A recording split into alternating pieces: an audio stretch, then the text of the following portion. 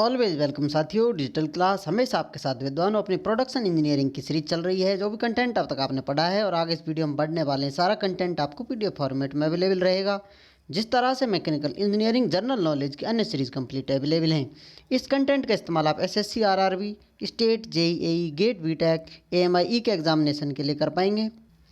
इससे पिछली वीडियोज़ में साथियों हम नॉन ट्रेडिशनल मशीनिंग प्रोसेस के बारे में स्टडी कर रहे थे, शुरुआत की थी।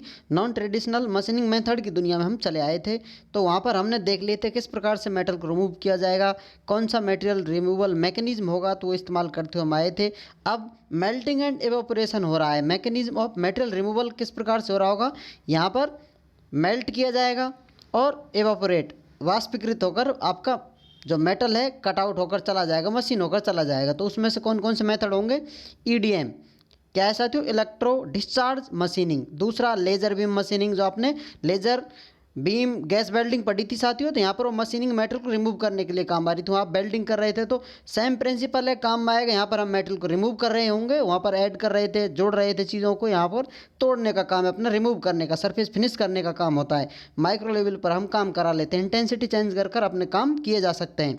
Electron beam machining, plasma arc machining और आयन बीम मशीनिंग। तो इस प्रकार से हम डिफरेंट मैकेनिज्म का इस्तेमाल करते हुए अलग अलग मेथड स्टडी करने वाले हैं, जिसमें से फर्स्ट आता है इलेक्ट्रोकेमिकल मशीनिंग। तो चलिए साथियों, नॉन ट्रेडिशनल मशीनिंग की दुनिया में आपका स्वागत है। नए नए मेथड एक्सप्लोर कर कर देखने वाले हैं। तो यहाँ पर इलेक्ट्रोकेमिकल मशीनिंग, यहाँ पर केमिकल रिएक्शन हो रहे होंगे, आप समझ सकते हैं। इलेक्ट्रिक का या कहें करंट का इस्तेमाल करेंगे, इलेक्ट्रिसिटी इस्तेमाल होगी और केमिकल रिएक्शंस देखने को मिलेंगी, मटेरियल रिमूवल हो जाएगा। तो ये नॉन ट्रेडिशनल अपना मशीनिंग मेथड हो जाएगा। तो सेटअप जमा लेते हैं, पृष्ठभूमि जमा लेते हैं, किस किस प्रकार के इसमें इंस्ट्रूमेंट होंगे। यहाँ पर सबसे पहले एक कंटेनर है, कंटेनर उस पर एक टेबल लगी हुई है, फिक्सर आप कह सकते हैं, उसके ऊपर वर्क पीस रखा हुआ होगा। अब इस कंटेनर का इस्तेमाल क्यों कर रहे हैं? क्योंकि हम इसमें इलेक्ट्रोलाइट डालने वाले हैं। इलेक्ट्रोलाइट जो होता है, क्या होता है साथियों? NaCl प्लस H2O, जल में आपने नमक डाल दिया है, डाइल्यूटेड फॉर्म में होता है। इलेक्ट्रोलाइट अलग अलग इस्तेमाल कर लेते हैं, ब्राइन इस्तेमाल कर लेते हैं। तो इस प्रकार की चीज़ें इलेक्ट्रोलाइट के रूप में इस्तेमाल की जाती हैं, जो आपका करंट फ्लो कराएं तो कुछ रिएक्शंस परफॉर्म होंगी इसके अंदर। इसकी डेंसिटी लगभग वाटर के बराबर ही हो जाती है साथियों, 1000 किलोग्राम पर मीटर की होगी। ऊपर की तरफ टूल लगा हुआ होगा, ये वर्क पीस है, यहाँ पर ऊपर आपका टूल लगा हुआ है, व्यवस्थित कर रखा है। ऊपर सर्वो मोटर मैकेनिज्म है जो इसको फीड देने के काम आएगी। एक फिक्स कांस्टेंट रेट से आप इसे संपर्क में बनाए रखना चाहते हैं, धीरे धीरे मोशन कराना चाहते हैं, तो सर्वो मोटर आपका वो काम कर देगी। मैनुअल कर पाना मुश्किल हो जाएगा, इसलिए तो इलेक्ट्रोलाइट इसमें सोल्यूशन है। अब टूल को और वर्क पीस को जोड़ देते हैं साथियों वोल्टेज से, किसी करंट स्रोत से। तो यहाँ पर प्लस बना लेते हैं साथियों वर्क पीस को, माइनस बना लेते हैं, एनोड बना लेते हैं टूल को, कैथोड बनाया हुआ है। यहाँ पर आपने एनोड कैथोड कहीं कहीं देखे होंगे प्लस माइनस, लेकिन यहाँ पर एनोड आपका पॉजिटिव है और कैथोड यहाँ पर नेगेटिव हम इस्तेमाल कर रहे हैं। और इनके जो मध्य में डिस्टेंस है, जिसे वाई से हम एक्सप्रेस कर रहे हैं, जो कि इंटर आप कह सकते हैं इलेक्ट्रोड गैप, जो कांस्टेंट बना रहेगा। कितना होता है साथियों? ये बहुत माइनर डिस्टेंस होती है इनके अंदर, माइक्रो लेवल पर कह सकते हैं आप, या फिर में।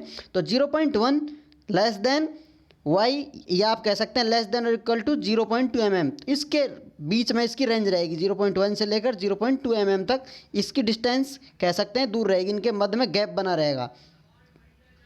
यहाँ पर हम वोल्टेज लो लेते हैं साथियों, काफ़ी लो वोल्टेज लेते हैं, 2 से लेकर 30 वोल्ट तक लेते हैं, क्योंकि हम नहीं चाहते यहाँ पर वोल्ट गैप को स्पार्क जनरेट हो जाए और यहाँ पर वेल्डिंग की तरह स्पार्क जनरेट कर दे, मेटल रिमूवल का काम करने लग जाए। तो यहाँ पर हम एटॉमिक लेवल पर मेटेरियल रिमूव करना चाहते हैं, तो इसमें आयंस क्रिया करने लगेंगे।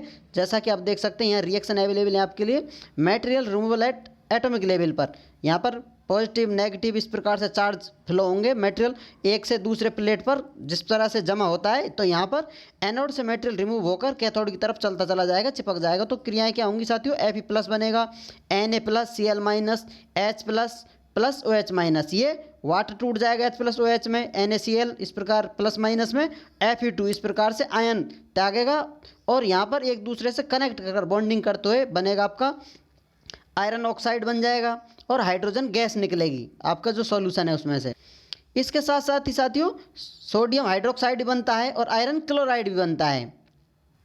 वोल्टेज अपन लो रखते हैं और करंट कितना होता है साथियों? करंट हाई रखते हैं, 500 से 40,000 40,000 एम्पियर तक करंट रखते हैं। पंप प्रेशर देखा जाए तो लगभग 1 से 3 MPa मेगा पास्कल तक काम चला लेते हैं।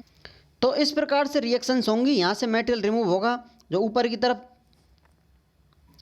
जाने लगेगा, छूटेगा, या फिर जो फेरस ऑक्साइड बनेगा, हाइड्रोक्साइड बनेगा, ऊपर की तरफ चिपक जाएगा, यहाँ गाद के रूप में जमा होगा, इसको नीचे फ्लो करता हुआ आएगा, नीचे से लेकर इसको फिल्टर कर लिया जाएगा पंप की सहायता से, यहाँ स्प्रे कराया जाएगा, एक तरह से फ्लो कराया जाएगा जो सरफेस पर से मटेरियल को रिमूव कर देगा। इलेक्ट्रोलाइट इस प्रकार से घूमता रहेगा। और कंप्लीट रिएक्शंस क्या हो सकती हैं आप देख सकते हैं यहाँ पर, FeCl2 बनेगा, NaOH बनेगा, FeOH ट्वाइस। ये इस प्रकार से आपको केमिकल रिएक्शंस के माध्यम से मटेरियल रिमूवल होता हुआ नजर आएगा, जो कि non conventional metal removing process है, नॉन कन्वेंशनल मशीनिंग मेथड यहाँ पर इस्तेमाल हो रहे हैं।